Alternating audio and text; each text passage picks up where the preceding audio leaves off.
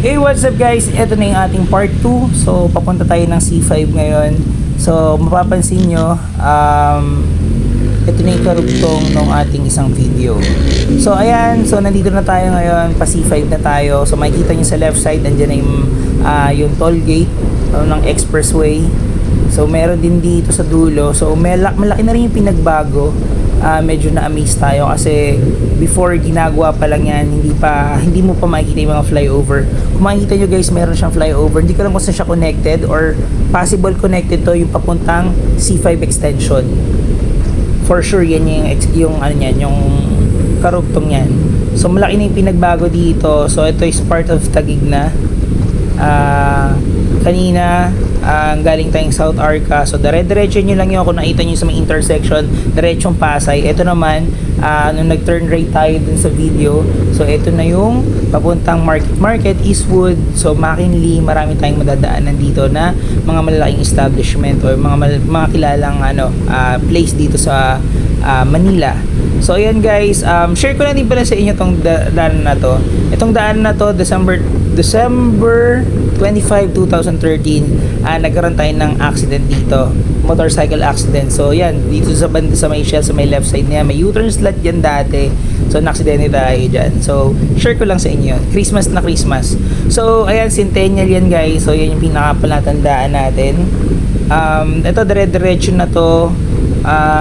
Ang makikita nating daan nandito, intersection. I think may intersection pa. Basta sa may left side dito, heritage eh. So ito yung water fan. So ito yung papuntang signal. So Taguig signal. So marami na yan sa looban dyan. May mga shortcut din yan papuntang DOST. So next time kung makakadaan tayo dyan, papakita ko sa inyo yung mga shortcut. So ito guys, sa may left side yung heritage. Yung sinasabi ko sa inyo sa may intersection na yan po. Medyo malapit na tayo. Dire-diretso yan. Pag kumanan kayo dyan, papunta ng water fan yan. Yan. So, papunta na yan dun sa sinasabi ko sa inyong shortcutan. So, dito napansin ko rin, hindi pa pala to tapos. So, eto guys, hindi pa pala tapos to. May flyover din dito. So, siguro karugtong pa nun. So, hindi natin alam kung ano mga plan dyan. Nakalimutan ko na kung ano yung mga plan dyan. So, eto guys, so, sobrang lawak na dito. Sobrang sarap tumakbo. Pero, of course, syempre, tandaan nyo guys, eto na yung daanan ngayon ng mga truck. So, may truck ban naman dito. So, pag inabot kayo ng mga late na gabi, basta kung alam niyo yung truck ban, iwasan niyo yun kasi traffic talaga din dito. So, eto ngayon, so hindi naman siya traffic. Dumaan tayo. So, eto ay sa may papunta na to ng Makati. So, actually hindi pala siya Makati. Yung mga rembo kasi hindi na siya hindi na siya sakop ng Makati. Nakuha na siya ng Taguig. Actually Taguig daw siya originate. So, ngayon nasa Taguig na ulit.